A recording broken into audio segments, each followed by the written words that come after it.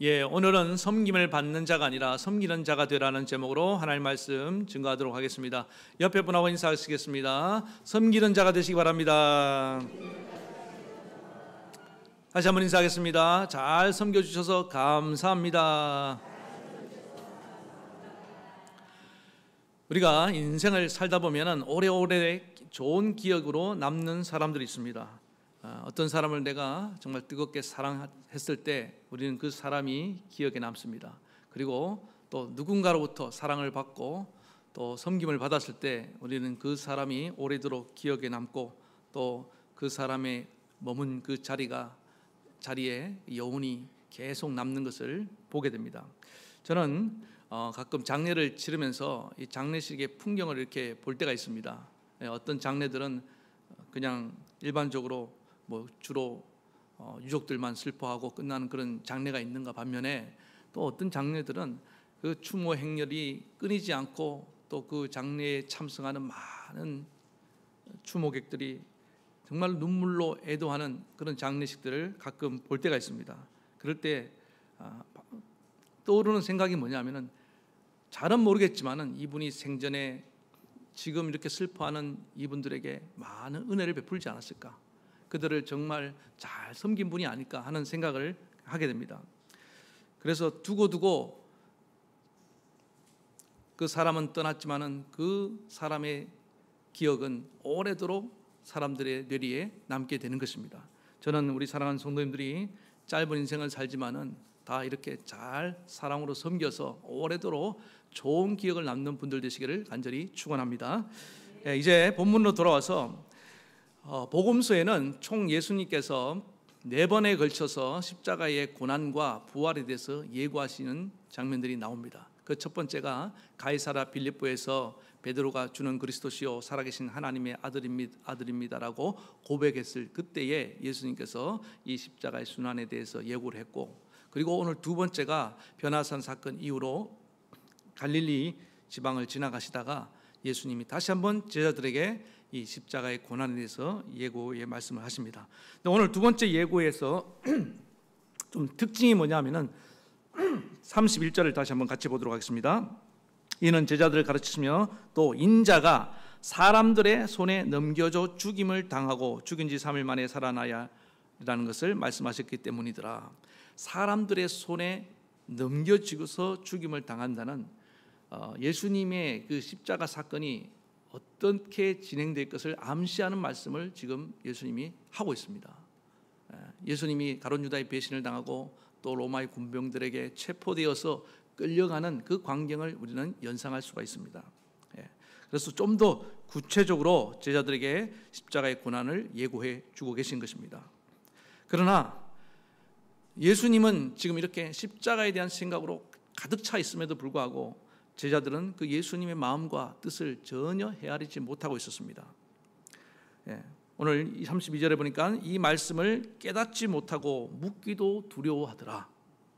지난번에 변화산에서 조금 이 예수님이 십자가에 죽고 살아난다는 게 무슨 말씀인가 자기들끼리 조금 의논을 하면서 관심을 갖는 듯 했습니다.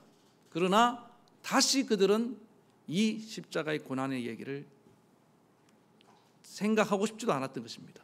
끄집어내는 것조차 두려웠습니다. 이런 일은 절대로 일어나면 안 될 것이다. 그런 두려운 마음으로 그들은 이 십자가의 고난의 이야기를 회피하려고 하고 있는 것입니다. 그러나 예수님은 시간만 하면은 십자가의 고난의 얘기를 또 하시고 또 하시는 것을 보게 됩니다.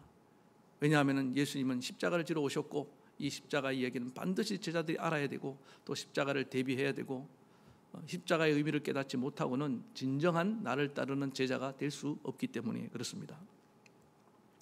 오늘 본문에 보면은 예수님은 지금 십자가의 생각으로 가득 차 있었는데 제자들은 다른 생각으로 가득 찬 것을 보게 됩니다. 그들은 자기들끼리 이제 예수님이 장차 예루살렘에 올라가면은 이 나라의 왕이 되어서 누가 예수님 좌편에 우편에 한 자리를 차지할까, 이 문제를 놓고 갑론을박하면서 막 토론이 벌어진 겁니다. 베드로 당신이 아무리 수제자하지만은 예수님 오른편에 앉는 것은 문제가 있다. 야고보가 요한이 막 치고 들어오고요. 그러면서 누가 크냐? 키 한번 재볼래? 내가 키가 더 크잖아. 이러면서 죄송합니다. 아주 그들은 막 신이 나서 서로 한 자리를 차지하려고 쟁론이 벌어진 것입니다. 예수님이 엿들어 보니까 기가 차지도 않거든요. 기가 찬 겁니다. 그래서 너희들 도대체 무슨 얘기를 하고 있느냐? 그러니까 자기들도 좀 창피하니까 말을 못하는 겁니다. 예수님이 들었으니까 얘기하지 않습니까? 너희 중에 누구든지 첫째가 되고자 하면은 꼴찌가 돼야 되고 섬기는 자가 되어야 하리라. 예수님께서 오늘 이 말씀을 하고 계신 것을 보게 됩니다. 여러분, 예수님께서 자꾸 십자가를 묵상하시고 십자가 얘기를 끄집어내서 하시는 이유가 무엇입니까? 십자가는 예수님의 모든 사역의 핵심입니다. 그리고 예수님이 이 땅에 오신 목적이기도 합니다. 마가복음 10장 45절, 인자가 온 것은 섬김을 받으려 함이 아니라 도리어 섬기려 하고 많은 사람의 대속물로 주려 함이니라. 예수님께 오신 목적은 섬기기 위해 왔고, 나는 많은 사람의 대속물로 희생양이 되어서 그들의 죄를 뒤집어 쓰고 십자가에 죽으러 왔는데 왜 이 뜻을 너희는 알지 못하느냐?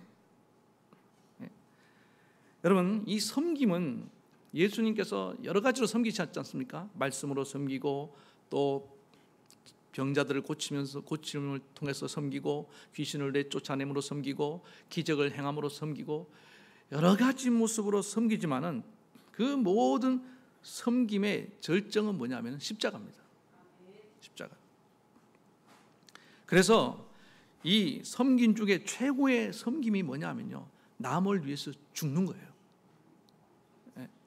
죽는 거. 요한복음 15장 13절에 사람이 친구를 위하여 그 목숨을 버리면은 이에 더 큰 사랑이 없느니라. 사랑은 섬김을 통해서 나타나잖아요. 그래서 여러분들 누군가로 해서 정말 죽을 수 있다. 그 사람은 최고의 섬김의 사람이 되는 것입니다. 그리고 예수님은 친히 십자가의 희생으로 우리에게 진정한 섬김이 무엇인지를 보여주셨습니다. 그래서 우리는 그 십자가의 희생이라는 섬김을 받은 자들입니다. 여기 앉아있는 모든 분들이 이걸 부인할 수가 없습니다. 저와 여러분들은 예수님의 그 희생으로 이 자리에 서게 된 것을 믿으시기 바랍니다. 그 귀한 섬김을 받았기 때문에 우리는 마땅히 서로 섬기며 사는 것이 마땅한 줄로 믿습니다. 그래서 교회는요, 무조건입니다. 교회는 섬기는 공동체가 되어야 되는 것입니다. 그래서 아직은 이 제자들이 미숙하기 때문에 서로 높아지려는 이런 경쟁심에 사로잡혀 있지만은 나중에 이들이 이제 부활하신 예수를 만나고 오순절날 성령이 임하고 그들이 십자가의 진리를 정말 깊이 깨닫고 난 뒤에 변화되지 않습니까? 그런 섬기는 자들로 변화된 것을 기억하시기 바랍니다.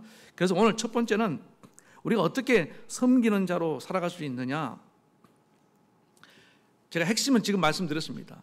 예수님의 이 섬김의 은혜를 깨달으면은 받아들인 자들은 다 섬기는 자가 되는데, 좀 현실적인 관점에서 예수님이 이 당시의 관점에서 예수님의 관점에서 한번 말씀을 한번 풀어가려고 합니다. 지금 제자들의 관심사가 뭐라고 그랬습니까? 누가 크냐, 누가 큰 자냐. 이 제자들의 관심사를 한번 들여다봅시다. 왜 예수님을 따르면서 계속 이런 관심만 가지고 있을까? 이런 유아기적인 어린아이들이나 하는 그런 관심사. 제가 언젠가 유치원 애들끼리 얘기한 걸 엿들은 적이 있습니다. 어떤 아이가 그래요.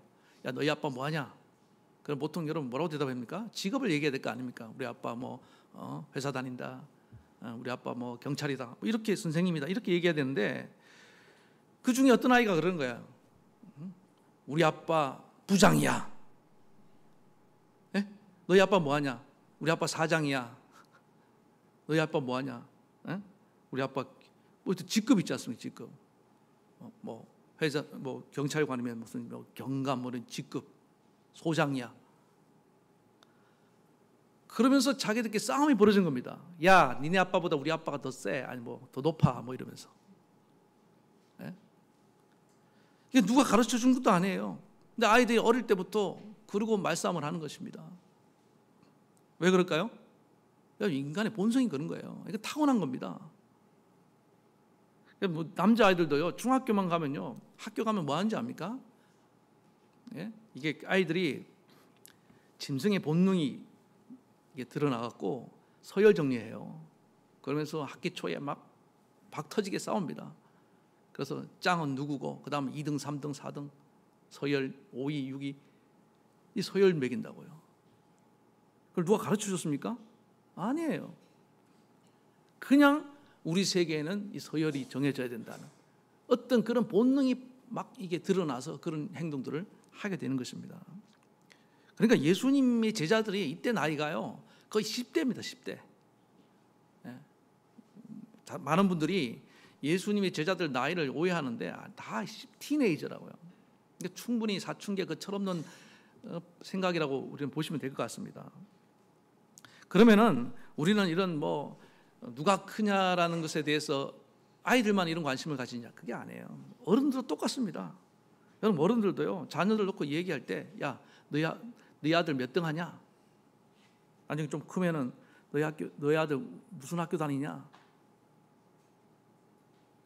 또 나중에 직장에 들어가면 야 어떤 직장이야? 직급이 뭐냐? 연봉 얼마야? 다 그렇게 물어보지 않습니까? 여러분들 말고 우리는 십자가의 은혜를 받은 자들이기 때문에 별로 그런 관심 없어요. 그래서 주로 구원받기 이전에 이 세속에 있는 사람들의 관심사는 누가 크냐, 누가 많이 버냐, 누가 높으냐, 누가 이쁘냐, 누가 인기가 많냐, 다 여기 있다는 것입니다. 그럼 왜 누가 크냐 이렇게 관심을 많이 가지냐? 여러분 오늘 말씀 제목 같습니다. 높은 자리는 그 자리는 섬기는 자리입니까? 섬기는 받는 자리입니까? 높은 자리에 안 올라가서 잘 모르겠습니까? 예? 회장님, 사장님, 내부서 비서도 있고 밑에요 수행 뭐 따르는 사람들 다 와서 섬겨줍니다. 왜 옛날에 임금하고 싶어 했는데요? 예? 신하들이 섬기고 막 뭐 이렇게 궁궐 안에 왕을 섬기는 그런 사람들이 얼마나 많아요. 그렇지 않습니까? 그 섬김 받는 게 너무너무 좋은 거예요. 종이 주인을 섬기잖아요. 다 주인 하려고 하지. 그런데 여기서 제가 이제 좀 깊이 들어갈 텐데요. 섬김을 받는 존재라는 것이 그게 과연 정말 행복한 존재인가? 이게 우리가 속고 있다는 거예요. 악한 마귀는요, 원래 하나님 모든 피조물을 하나님을 섬기기 위해서 창조하셨습니다. 천사도 마찬가지고 인간도 마찬가지입니다. 이 백성은 나를 위하여 지었나니 나의 찬송을 부르게 하려 합니다. 하나님을 예배한다는 것이 바로 서비스, 영어로 말하면 봉사한다는 이 섬김하고 하나님을 서비스 예배하는 것 같이 사용하거든요. 그 중에 이제 한 천사가 있지 않습니까? 하나님을 찬양하고 하나님을 예배하는데 정말 귀하게 쓰임 받았던 한 천사장이 있었습니다. 근데 이 천사가 어느 날 갑자기 교만해졌습니다. 그래서 왜 내가 하나님을 예배해야 되지? 하나님께 영광을 돌려야 되지? 나도 예배를 받고 나도 예배를 받으면 안 될까? 나도 숭배를 받으면 안 될까? 서비스 받으면 안 될까? 이런 생각을 하게 된 겁니다.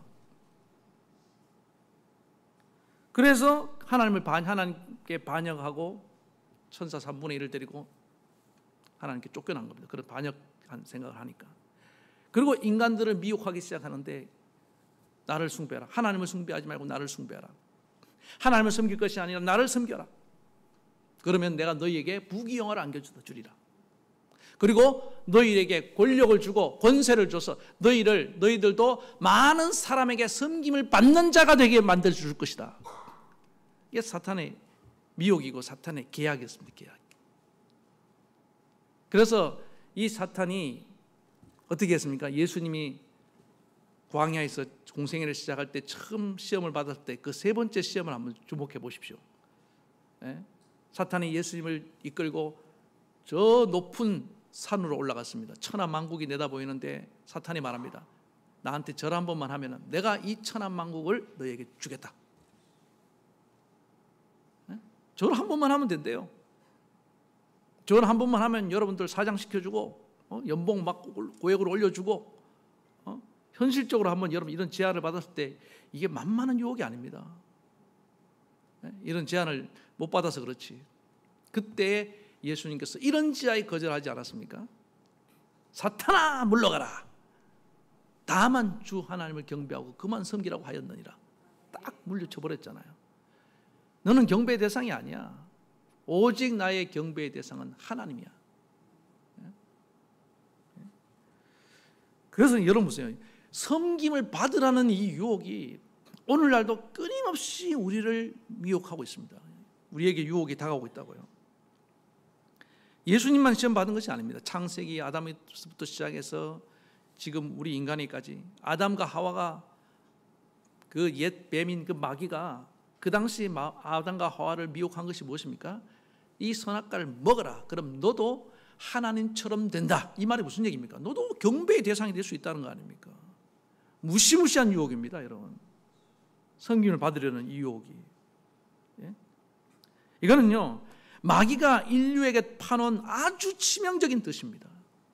그래서 여러분, 인간의 욕망 중에서 가장 무서운 욕망이 뭐냐면 권력욕이에요.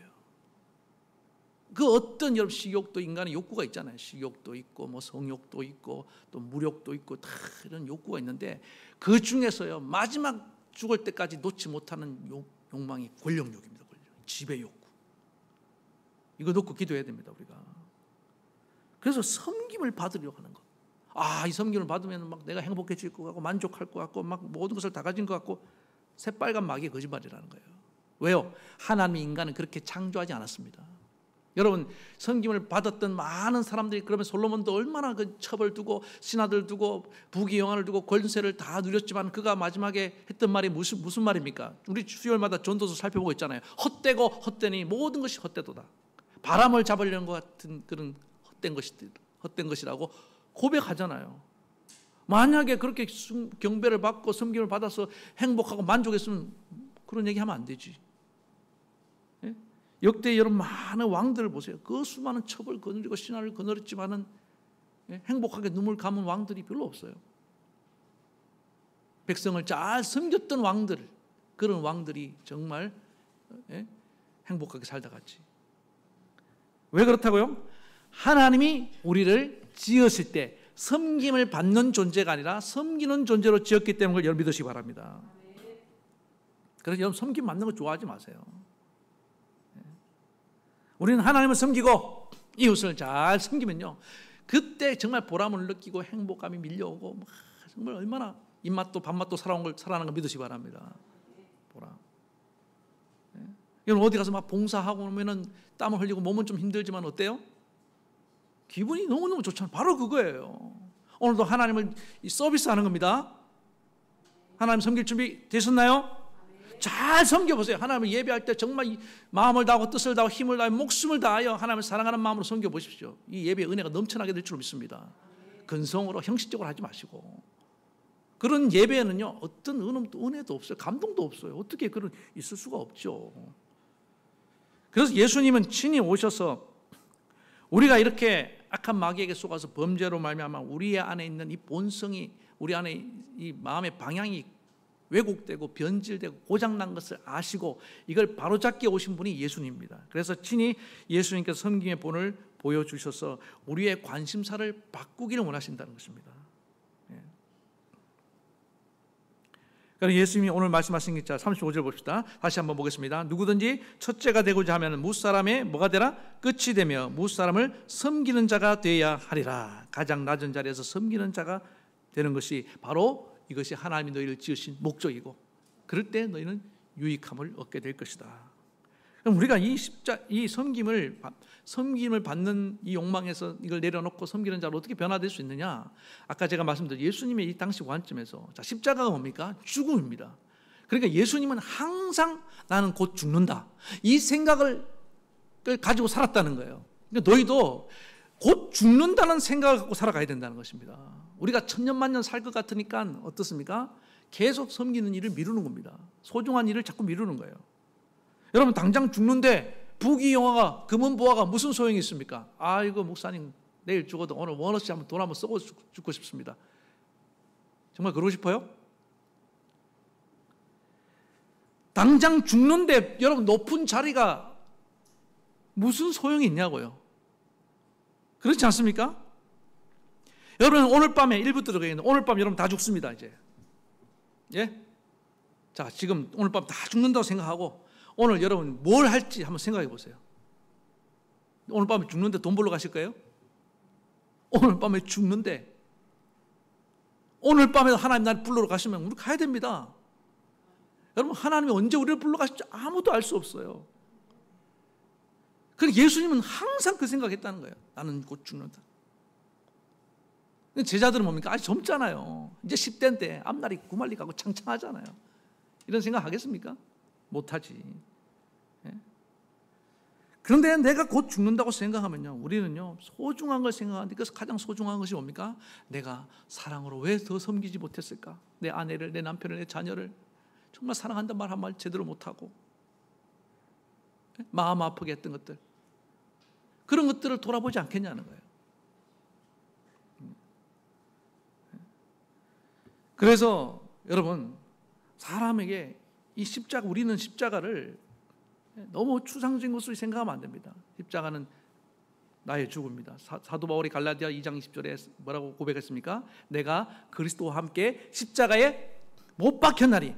이 말은 뭐냐면 나도 예수님과 함께 죽었다는 것입니다. 우리가 예수님 믿는 순간 예수님이 내 대신에 죽은 것뿐만 아니라 예수님이 나와 함께 죽으셨습니다.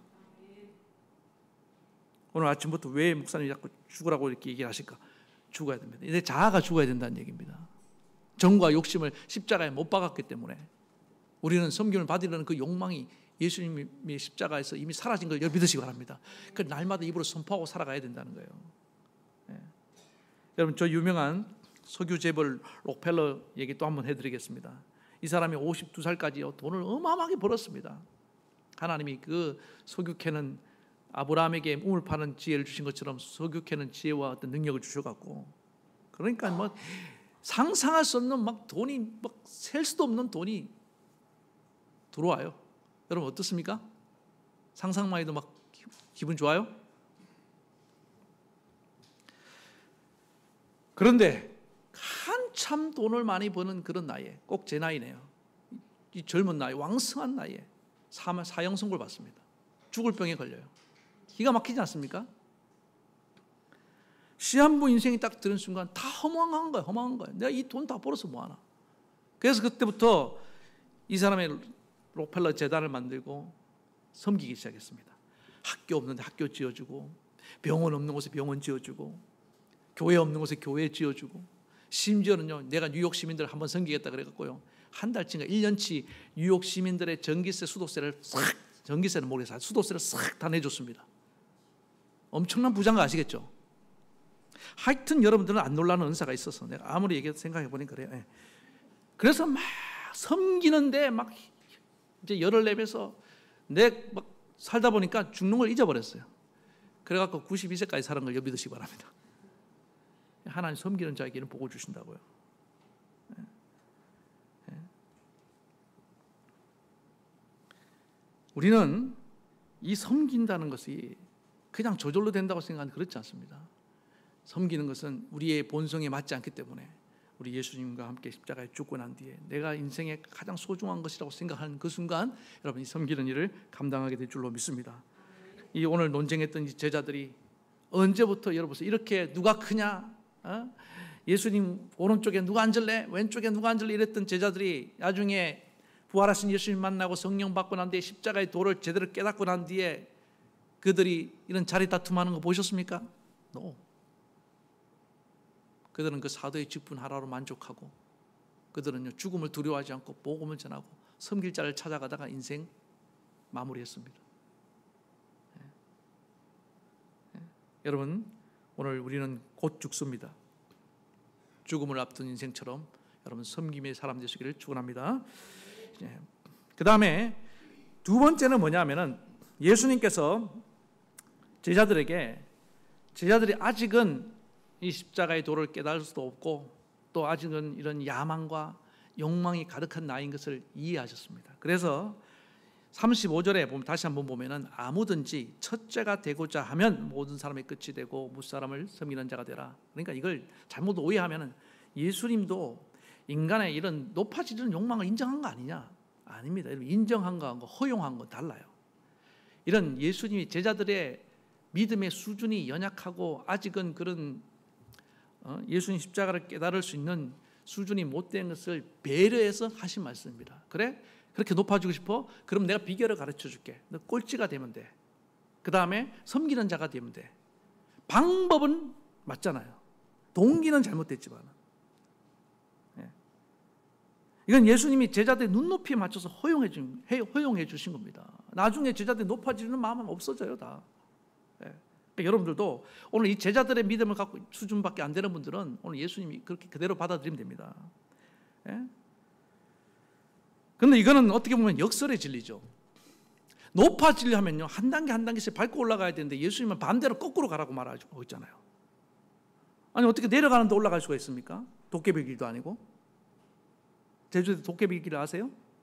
한번 가보시기 바랍니다. 내려가는데 올라간단 말이에요. 반대인가? 예수님은 가끔 어떤 진리를 얘기할 때 역설적인 진리를 말씀하실 때가 있습니다. 예를 들면 이런 거죠. 살고자 하는 자는 죽고자 하면 살 것이요 살고자 하면 죽을 것이다. 너 그렇게 살고 싶어? 죽어. 너 그렇게 죽고 싶어? 아니 살고 싶어 죽으라는 겁니다. 여러분 정말 살기를 원하십니까? 그럼 죽으십시오. 이게 예수님의 진리라고. 말이 되냐? 이 말장난하는 것도 아니고 이렇게 생각할 수 있지만은 한 번만 더 생각하면 그 의미가 뭔지 알아요. 죽음의 두려움을 이기고 용기 100배에서 나아가면은 싸우면 살아날 수 있다는 거 아닙니까? 그런데 죽음을 두려워하고 회피하고 숨기만 하면 너 죽는다 이 말 아니에요.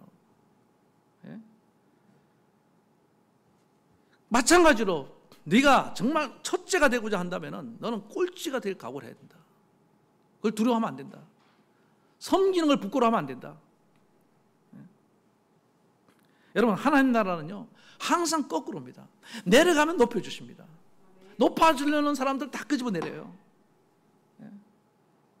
이게 하나님 나라의 법칙입니다. 그러면은 구체적으로 우리가 이 시대에 그리스도인으로 섬긴다는 게 무엇이냐? 여러분 자리와 이익을 좀 양보하는 겁니다. 자리. 세상은 끊임없이 높아지고 자리 욕심이 많습니다. 예를 들어서 회사에서 직장에서 진급 심사를 할 때요. 여러분 어떻습니까? 막 당장 우리 자녀가 이제 진급 심사를 하면 여기저기서 이제 기도 부탁을 합니다. 기도 좀 해주세요. 우리 아들이 진급 심사를 하는데 이번에 꼭 돼야 됩니다. 오늘 이 말씀에 빗대어 보면 예수님은 반대로 그런 기도 하지 말라는 거예요. 아니 어떻게 그리 말할 수 있습니까? 예수님 지금 그렇게 말씀하시는 거예요. 그런 높아지려는 마음을 내려놓으라는 거예요. 하나님 다른 회사는 다 망해도 우리 회사는 꼭 잘 되기 원합니다. 이런 기도 하지 말라는 거예요. 예? 반대로 나가라는 반대로. 하나님 나는 진급 못해도 다른 동료가 먼저 진급하기 원합니다. 여러분 이 기도 할 수 있겠습니까? 아무도 대답 안 하잖아요. 제가 신학교사를 들어갈 때 에피소드가 하나 있습니다. 말씀드린 적도 있는 것 같은데 신학교에 이제 학력고사 세대이기 때문에 학교에 찾아가서 시험을 보는데 제가 이제 그 선배님 방을 어떻게 빌려서 거기서 하룻밤 묵게 되었습니다. 시험 전날. 근데 그 같이 방을 썼던 사람이 저와 세 사람의 수험생이 방을 같이 썼는데 그 중에 한 사람은 재수생이고 그 중에 한 사람은 삼수생이었습니다. 그랬는데 제가 그 이제 신학교에 어떻게 오게 된 사연을 서로 이제 나누게 되었습니다. 하다 보니까 너무 제 마음에 짠한 생각이 들었어요. 나는 이제 처음 왔는데 이 사람은 주의 종이 되겠다고 이렇게 2번, 3번 시험 보러 왔는데 그래서 또 떨어지면 어떻게 되겠느냐 좀 불안해하기도 하더라고요. 그래서 제가 그랬습니다. 그냥 말이라도 제가 말을 안 하고 제가 속으로 그렇게 기도했어요. 하나님 저는 뭐 다음에 또 보면 안 되겠습니까? 저 양반을 좀 붙여주셔서 해주면 좋겠습니다. 시험 결과가 어떻게 됐을까요? 여러분 놀라운 거는 하나님 꼭 우리가 기도한 대로 응답 안 하신다는 거예요. 저는 붙었는데 그 양반이 떨어졌어요. 그래서 하나님 제 기도를 안 들어주셨는데 제 마음 가운데 순수하게 그런 마음이 생겼던 겁니다. 그때만 해도 정말 순수했거든요. 그래서 우리가 이걸 기억해야 됩니다. 어떤 자리를 꼭 내가 차지해야 된다는 생각, 이게 우리를 무너뜨리고 있는 겁니다. 그게 뭐라고 했습니까? 이 죄에서 나오는 욕망이라니까요. 그 자리에 가야지 내가 만족하고 내가 주님 일을 하는 거 아닙니다. 예수는 계속 너희 자리에 관심 갖지 마라. 감투에 관심 갖지 말라는 거예요, 여러분. 오늘 잘못 오신 것 같죠? 잘 오셨습니다. 그런데 꼴찌가 되려 하고 낮아지려 하면요, 하나님이 높여주신다고요. 하나님이 더 우리를 행복한 인생의 길로 이끌어 가신 걸 믿으시기 바랍니다.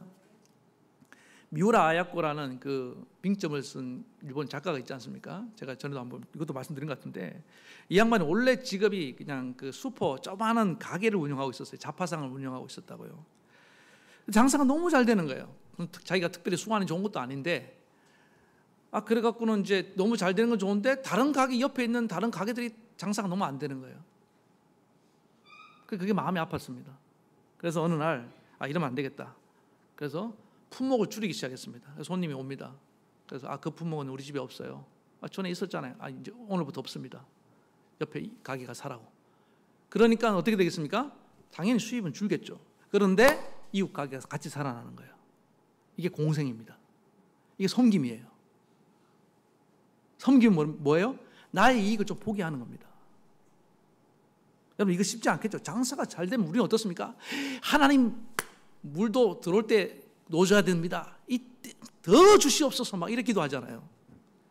그런데 미우라 아야코는 하나님, 이제 저는 좀 줄여도 좋습니다. 여러분, 섬김이 희생이 없으면 섬김이 일어나지 않습니다. 그래서 이제 시간이 남기 시작했잖아요. 그래서 이 미우라 아야코가 한 게 뭐냐면, 남는 시간을 통해서 글을 쓰기 시작한 겁니다. 그래서 소설을 쓰는데 그 소설이 대박이 난 거예요. 하나님 높여주셨죠? 다른 방법으로. 얼마나 그 미우라 아야코가 그 구멍가게에서 장사만 했으면 이렇게 인류 역사에 남는 사람이 되었겠습니까? 누가 미우라 아야코를 알겠어요? 아무도 모르지. 예? 제가 지난 수요일 때도 그 로렌스 형제 얘기를 제가 한번 들려드렸습니다. 하나님의 임재 연습이라는 이 조그만 두란노에서 나는 아주 작은 소책자인데 여러분 꼭 한번 사보시 읽어보시기 바랍니다. 섬김이 뭔지, 섬김의 기쁨과 그 영광이 뭔지를 잘 나타내주고 있습니다. 이 사람이 원래 그 프랑스 상위 용사였다고 그랬지 않습니까? 그랬는데 어느 날 인생의 허무함을 깨닫고 수도원에 들어가서 가장 평수도사, 허드렛 일을 하고 남심부름이나 하고 주방 보존하는 그런 일을 시작했습니다. 그런데 그 수도원에서 그런 허드렛 일을 하면서 전혀 부끄러워하지 않고 오히려 그걸 너무너무 기쁘게 생각한 겁니다. 수도사들이 기도하고 또 이 말씀을 전하는 것 못지않은 정말 소중한 일로 생각하면서 정성을 다해서 섬긴 마음으로 이 일을 감당했는데, 그랬더니 어떤 일이 났습니까? 사람들이 점점 자기를 보는 시선이 바뀌더라고요. 전에는 조금 약간 무시하는 그런 시선이었는데 존경하는 시선으로 바뀌고, 한 20년이 지나니까 자기를 그 수도 원장을 만들어주더라는 거 아니에요. 이게 섬김의 힘입니다. 꼭 섬겨서 수도 원장이 되겠다, 사장이 되겠다, 이게 아니에요, 여러분. 적어도 뭡니까? 존경받는 인물이 된다 이 말입니다. 감사하지 않습니까?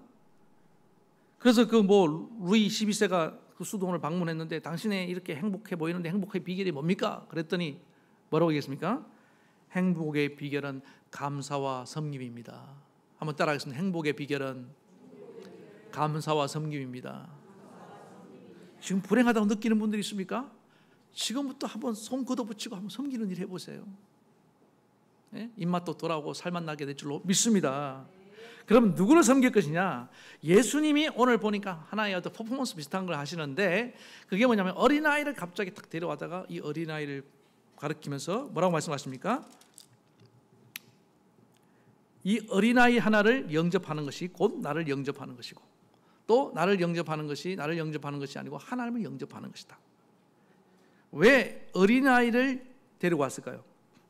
어린아이는 연약한 자의 대명사잖아요. 가장 약한 자를 섬겨라. 여러분, 세상 사람들은요 주로 높은 사람을 섬기고 힘 있는 사람을 섬기려고 합니다. 왜 그래요?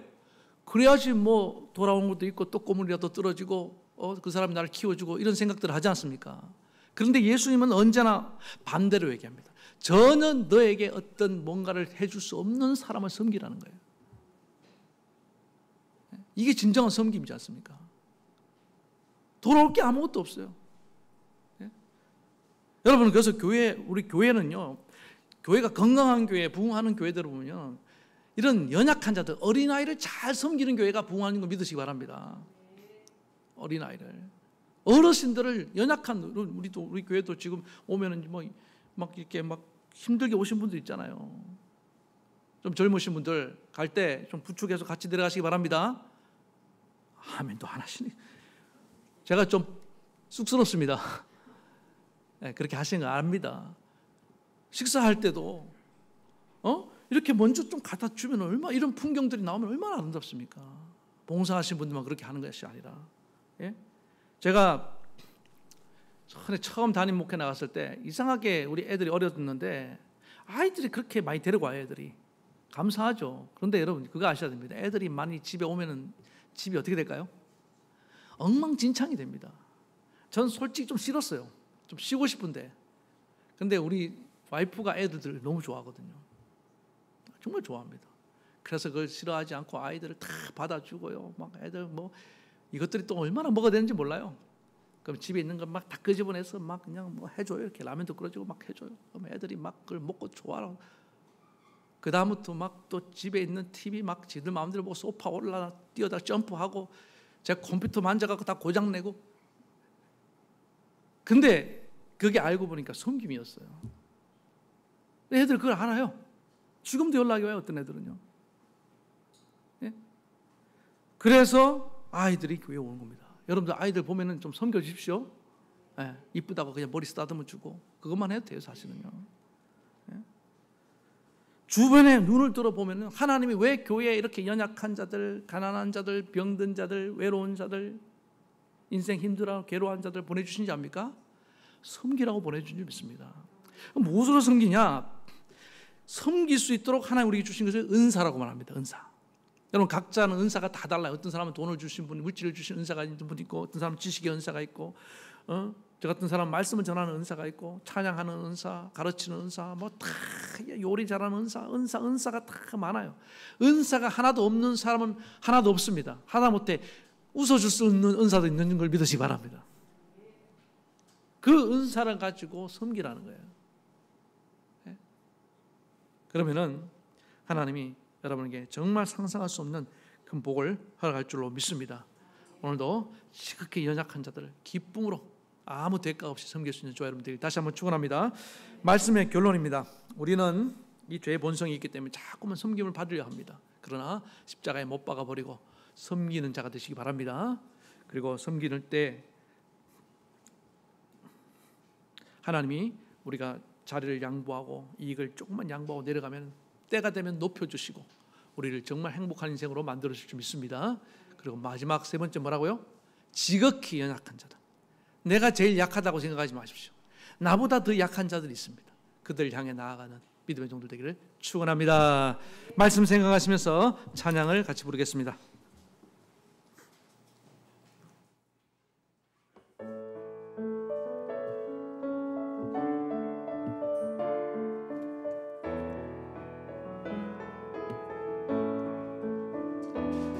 당신의 그 섬김이 천국에서 해같이 빛나리. 당신의 그 섬김이 천국에서 해같이 빛나리. 당신의 그 믿음이 천국에서 해같이 빛나리. 당신의 그 충성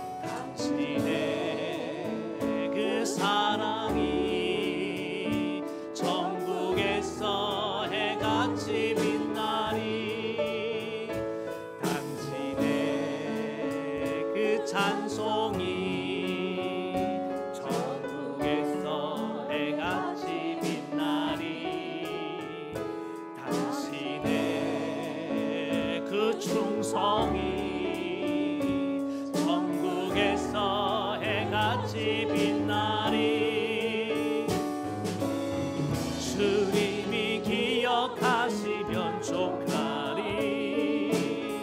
불타는 사명으로 가득 찬 모습, 천사도 흠모하는 아름다운 그 모습, 천국에서 해같이 빛나. 주님이 기억하시면 족하리. 주님이 기억하시면 족하리. 불타는 사명으로 가득 찬 모습, 천사도 흠모하는 아름다운 그 모습, 천국에서 해같이 빛나리. 여러분, 그렇습니다. 섬기는 모습이 가장 아름답고 정말 천국에서 해같이 빛나는 자인 줄 믿으시기 바랍니다.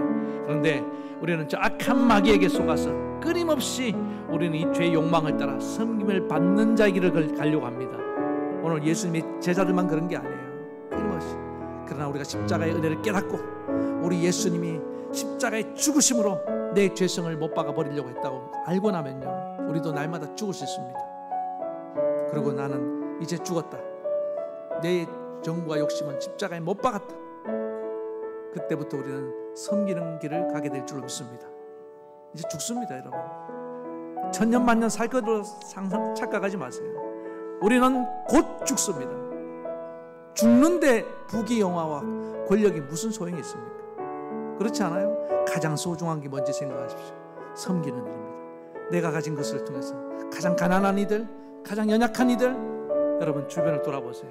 내가 섬길 자들이 얼마나 많이 있는데, 그들 섬기면서 여러분 남은 인생 최고의 행복을 누리고 기쁨을 누리고 영광스럽게 살다 갈 수 있기를 축원합니다. 그런 마음으로 주님, 내 남은 인생 섬기며 살다 가길 원합니다. 주님 한번 크게 부르고 기도하며 나가시겠습니다.